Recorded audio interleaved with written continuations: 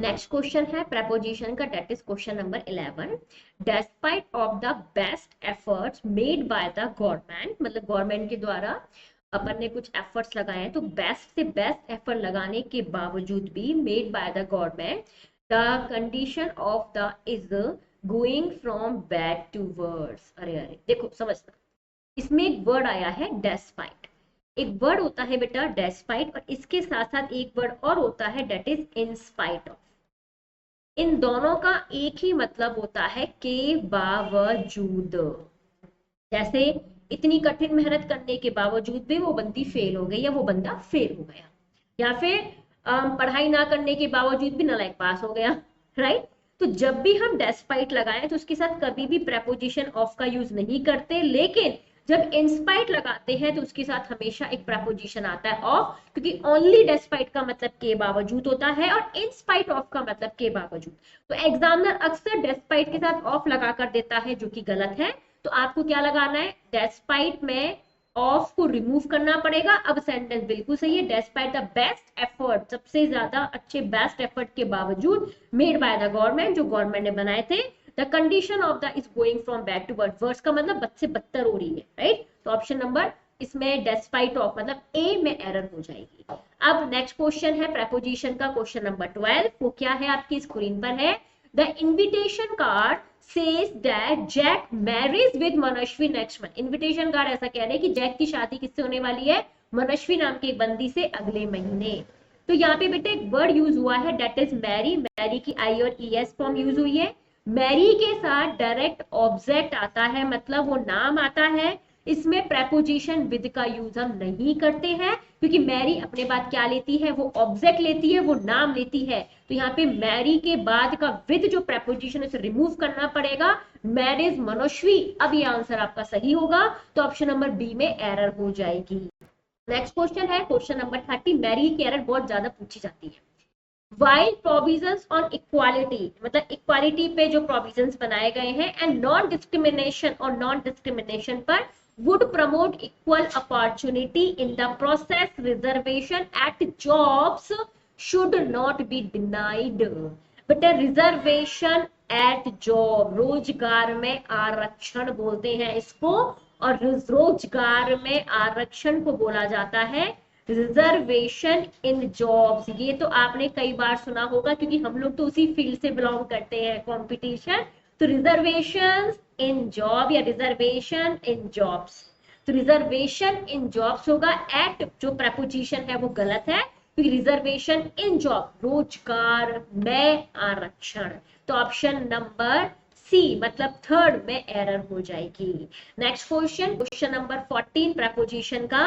The Japanese artist Yu Nagao was busy splashing the well from colour. समझना, splash का मतलब जैसे छींटे डालना, ऐसे जैसे पेंटिंग मैं कर रही हूँ तो होता है ना, ऐसे छींटे डालते हैं, उसको बोलते हैं। तो स्प्लैशिंग विद के साथ यूज होता है, विद कलर्स आएगा, ना कि फ्रॉम कलर। तो स्प्लैशिंग विद, स्प्लैश मतलब छींटे मारना, इस तरीके से। तो स्प्लैश के साथ जो प्रपोजिशन आता है वो आता है विद, इसलिए स्प्लैश विद होगा। तो ऑप्शन में देखो यहाँ पे फ्रॉम कलर्स का लिखा हुआ है, ये गलत है, क्योंकि विद कलर्स आएगा, वो कलर्स के छींटे डाल रही होगी वो बंदा, ये जो हमारे जापानीज के आर्टिस्ट है। तो इसका मतलब ऑप्शन नंबर सी में एरर हो जाएगी। प्रेपोजिशन का question number 15। Can you do something, क्या तुम मेरे लिए कुछ कर सकते हो, मेरे लिए। Can you do something for me, मेरे लिए, तुम्हारे लिए। के लिए हम क्या लगाते हैं, फॉर। तो ऑप्शन नंबर सी इसमें सीधे सीधे फिक्स कर देंगे, इसमें तो ऑप्शन पढ़ने की भी जरूरत नहीं थी, वैसे ही आगे डे टू डे लाइफ में बोलते रहते हैं।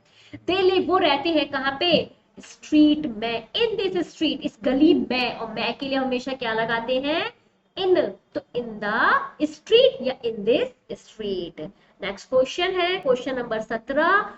ही is not afraid dash dogs.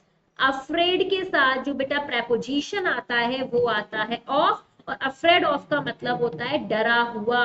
तो किससे डरता है, डॉग से नहीं डरता है, not, he is not afraid of dogs. तो अफ्रेड के साथ ऑफ प्रेपोजिशन है, तो वैसे ध्यान रखना।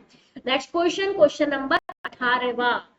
Dash 8 o'clock everybody had gone home. अब समझना, जब भी कोई क्लॉक का टाइम दे, जैसे 8 बजे, 10 बजे, 11 बजे, कोई भी, तो हमेशा क्लॉक के टाइम से पहले एट, आपने पढ़ा ना, एट 8 o'clock, एट 9 o'clock, तो एट प्रपोजिशन का यूज किया जाता है कब? घड़ी के समय से पहले। लेकिन अगर समय डेट और डे में दिया हो तो उसके लिए हम क्या लगाते हैं? ऑन।